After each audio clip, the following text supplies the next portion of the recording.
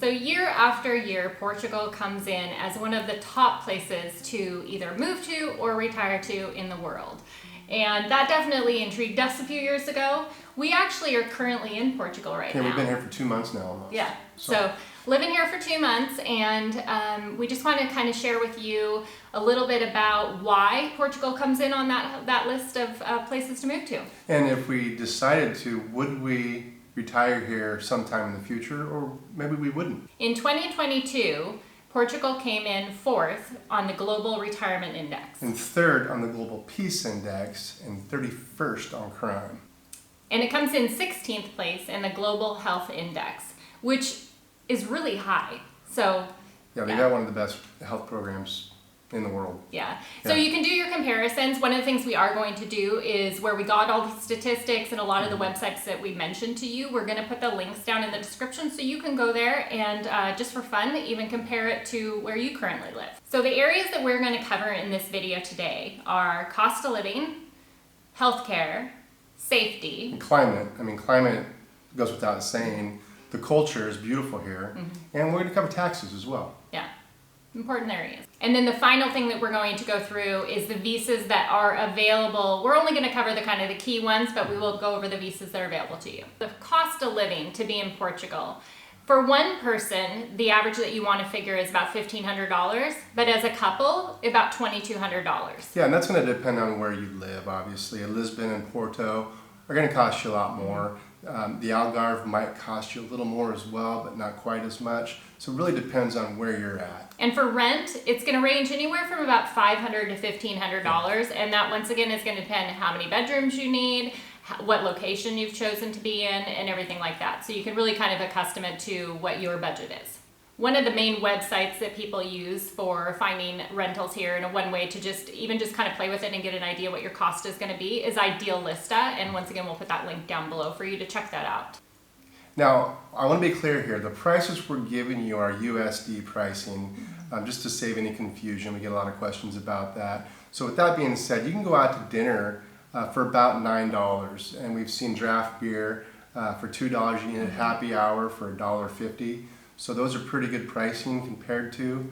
So, you know, that's something that we don't eat out a lot, but when we do, we like to be able to save a little bit of money. Right, and we've seen places, we've walked by signs, you can get a burger for like $5, $6. Yeah. So you really can, once again, kind of vary that to what your budget is. One of the places that you definitely want to check out that is actually kind of fun to look at is called Numero, and it will give you the prices breakdown of grocery store and rent and everything, and you can compare it even to your own current location that you're in, the city and the country and everything that you're in. So we use it all the time. We use it all the time before we travel someplace because it gives us an idea what we're going to be paying. What our budget's going to be. Right. Yeah. Now the healthcare, like we mentioned before, the healthcare is rated really high. It's very accessible. You are a citizen or you are a legal resident, then the healthcare system is free to you. So that's one major benefit. And if you're not, you can purchase healthcare for $20 to $50, about that. Yeah. So it's affordable, and the healthcare. Yeah, and a lot of people do purchase the private because if you do not have the private and you're using the public system, you know, what we've been told and heard is that there's a long wait and stuff like that. So for the affordability, it's definitely something that a lot of people do when they move here. Now, as an example of this, I broke a tooth last week and I had to go to the dentist. That's our first experience outside of the U.S. needing health care. So I called the dentist Monday morning and I was in by 3 o'clock Monday afternoon. They fixed my tooth. I also scheduled a cleaning for next week for a grand total of $135 out of pocket, and that's with no insurance. So it's very affordable. My tooth costs $60 and the cleaning's going to cost $75. Such a great deal. Carrie here, she's in the cleaning as well. So it's very affordable. They're very professional. Yeah, it was a great office. For being our first experience, we were very, very pleased. So now safety. Honestly, when we started traveling, that was one question people asked us probably the most was how safe is it where we were going to be? And Portugal's very safe. Like we mentioned before, it comes in number 3 and 31 on the different levels. So one of the reasons for that is there is a good level of police presence here. Yeah. And you know, and you're going to get into the big cities, you're going to get into the tourist areas, and there's going to be pickpocketing. There's going to be any of those petty crimes that you're going to find in any city throughout the world. So it's not just located in Portugal. Right. It's everywhere. So always be aware of your surroundings and where you're at and where you're keeping your money. And protect your belongings. Just protect your belongings. Be smart about it. Yeah, really just kind of common sense. Yeah, it's common sense, really. The next reason people move to Portugal is the climate. Probably a top reason for us of why it was so appealing. We come from a very gray area and not just the winter time, about 7-8 months of the year. So anyway, the climate is fantastic. They have 290 to 300 days of sunshine a year, which is amazing. Which is amazing. And it's even better down the Algarve, obviously. Up towards Porto in the northern end, you're going to get more of the seasonal changes. It's a little bit wetter up there, and some people prefer that. So it's not a bad thing. But it's not like it is in Seattle, where we're from. But there is climate change. But when you come down to the Algarve, in the wintertime, you're going to see temperatures in the highs around the mid-60s. Yeah. That is not bad. Nice. Yeah. I like that. No 30-degree winter wear. No, 65. The next positive here is the culture. The food is fantastic. If you like seafood, you definitely are going to get a lot of seafood, especially down in the Algarve area as well, but honestly throughout Portugal. Yeah, absolutely. Yeah. The other thing is that the people are incredibly friendly. They're very welcoming. Yeah. And they speak English. Yeah. I mean, it's a thing. And Portuguese is very hard to learn, first of all. We have our obrigado, thank yous and pleases and things like that, but it is very well spoken. My dentist didn't speak great English. The dental assistant did. So that was something that was also very welcoming, because you're a little bit nervous going in the first place. But speaking English is very common. Now, there is a slower pace of life, especially down here in the Algarve. The winter months might be a little too quiet for some, might be just right for others. It just depends on where you're at. I'm supposing Lisbon, Porto, they're going to be active year-round. But even in those cities that we've been to, the pace of life is just a little slower. Yeah, and so that comes into play a lot when you are maybe used to getting things done a lot faster, as far as you've called somebody and you have an appointment set, or you're trying to get an appointment set or something like that. You definitely have to bring a level of patience when you come to Portugal, because everybody's a little bit on their own time schedule. Calm down. And when you go to a restaurant, and we've really honestly found this throughout Europe, they're definitely just a lot slower. We're used to that hustle and bustle and fast moving. You're not going to find that here. So but we really don't have any place to be. No, we don't have any place to be. We just kind of sit there and wait. So one of the other things that people look at when they're looking to relocate somewhere is the taxes. Hugely important. In Portugal, one of the things that appeals to a lot of people is the non-habitual resident benefit. How this works is that you were not a taxpayer in Portugal for the 5 years prior to moving to Portugal. Then you will be exempt from paying taxes for 10 years. So, and that's on a lot of different elements, and we're not going to get into the ins and outs of this, because to me, you want to do your own research on this. It's also ever changing, and you would always want to talk to an accountant and get advice. Yes, as far as that goes. We'll leave the link below so you can research it. Okay, so now we're going to cover the visa options to start that process if you decide you want to come to Portugal. One thing to note, if you have a European passport, you don't need to do any of these to come to Portugal. So you probably already knew that, but we're going to toss that in there. One of those. We'd like one of those. The first option, and probably the most popular option, and this is just a tourist option, is the Schengen visa. The Schengen visa is going to give you 90 days out of every 180 days to be in Portugal. That's what we're here on. The benefit is that for a lot of countries, so you'd want to look up where your passport's from, you do not have to apply or anything. You just show up, you get the Schengen visa. There's no paperwork or anything like that. That you're filling out. You just show up. You just keep track of how many days you've been in the country and in the Schengen area, and then you need to leave. Stay under those. Now, you can extend those 90 days here in Portugal. I think there's a couple other countries you can as well. You just apply for an extension. I think there is paperwork involved with that. Yes.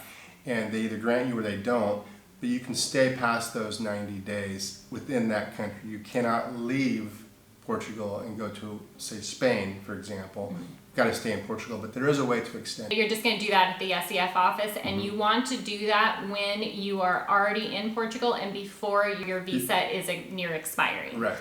Before the 90 days is up. Yeah, before that 90 days, you want to make sure and apply for that. Now, the most common visa is the D7 visa. This is for those of you that are working remotely or not working at all, or if you're living off your investments or Social Security, anything like that. Is the D7 would be the visa that you'd want to apply for. Right. And for this visa, what you have to do is you have to show that you are earning and bringing in each month 100% of the national minimum wage. And this number is always changing. So once again, that information is linked below. So make sure and check it for the time that you would actually be applying for. After that, your spouse would be 50% of that amount, and then for each child that you're bringing with you as well would be 30% of that. And it's always better to not hit the minimum. Go above and beyond it. You have a better opportunity of being accepted. Okay, so the next option is the D2 visa. This is the entrepreneur visa. So if you have an existing business that you're going to bring to Portugal, or you're looking to come to Portugal to start a business, this would be for you.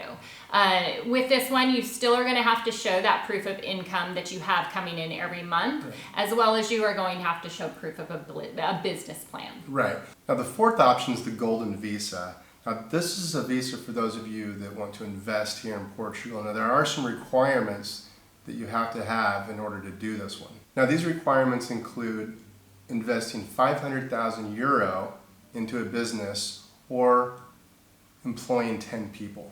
Right. Another way that you can do it is you can purchase property. You can purchase property in the amount of 500,000 euro as well, or you can purchase property in an urban regeneration area for 350,000 euro.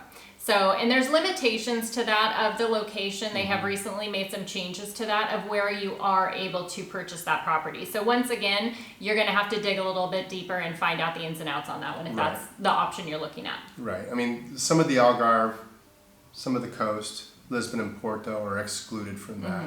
So just keep that in mind. Okay, if you are interested in applying for residency here in Portugal, you will need to apply at the nearest consulate to your home address in your home country. Unfortunately, you can't just pick the consulate that you want to go to, because I know for when we were starting that process, in the United States, there's the one in DC and there's one in San Francisco. And we, because of where we lived, we were going to need to go through San Francisco, which everything that we have heard and been told is it's not the easiest one to go through. But unfortunately, it's based off your address, so you have to go through the consulate that's nearest to your residence. One resource that I would highly recommend you using is joining a Facebook group.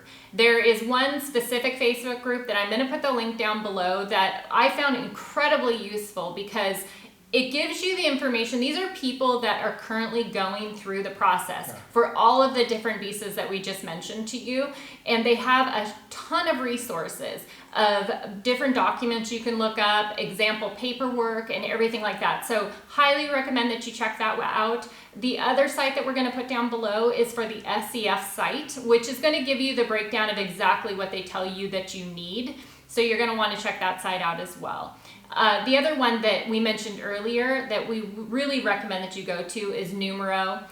This is just going to really give you a breakdown of, for each city, what you're going to be expected to see for costs when you do come here. So now that we're here, we've been here for a couple months now, we have a really good idea of what we're in for.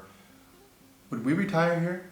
I think that originally we really thought that that would be our plan. We thought that we would, after coming back here, decide this is where we want to settle down. But we've been traveling now for 10 months total, and we have found that we enjoy seeing the rest of the world. Right. I think what we would do is if we ever wanted to slow down and stop for a short period of time, 3 months, 4 months, 5 months, we would apply to extend the visa here in Portugal. Right. We do really love it here. We do. We absolutely love it. It is one of our favorite places, and we would probably just come here and spend our winters. Potentially. Yeah, on an extended visa, or just the 90 days before we move on. So like we mentioned, we're here in Portugal, and make sure and subscribe, ring the bell so that you see when our next videos are released. And if you'd like to see any more on the Algarve, you can watch either one of these two videos on your screen right now. Cheers. Cheers.